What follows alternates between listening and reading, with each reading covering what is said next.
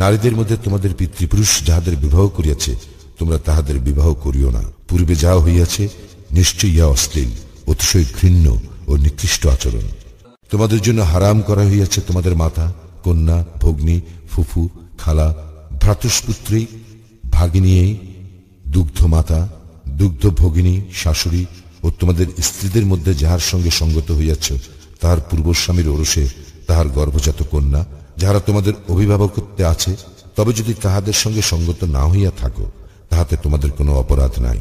এবং তোমাদের জন্য নিষিদ্ধ তোমাদের ওরসজাত পুত্রের স্ত্রী ও দুই ভগ্নীকে একত্র করা, পূর্বে যাহা হইয়াছে। নিশ্চয় আল্লাহ ক্ষমাশীল, পরম দয়ালু। এবং নারীর মধ্যে তোমাদের অধিকারভুক্ত দাসী ব্যতীত সকল সধবা তোমাদের জন্য নিষিদ্ধ। তোমাদের জন্য ইহা আল্লাহর বিধান। উল্লেখিত নারীগণ ব্যতীত অন্য নারীকে অর্থ ব্যয়ে বিবাহ বন্ধনে আবদ্ধ করিতে চাওয়া তোমাদের জন্য বৈধ করা হইল, অবৈধ যৌন সম্পর্কের জন্য নয়। তাহাদের মধ্যে যাহাদেরকে তোমরা সম্ভোগ করিয়াছ তাহাদের নির্ধারিত মাহর অর্পণ করিবে। মাহর নির্ধারণের পর কোন বিষয়ে পরস্পর রাজি হইলে তাহাতে তোমাদের কোনো দোষ নাই। নিশ্চয় আল্লাহ সর্বজ্ঞ, প্রজ্ঞাময়।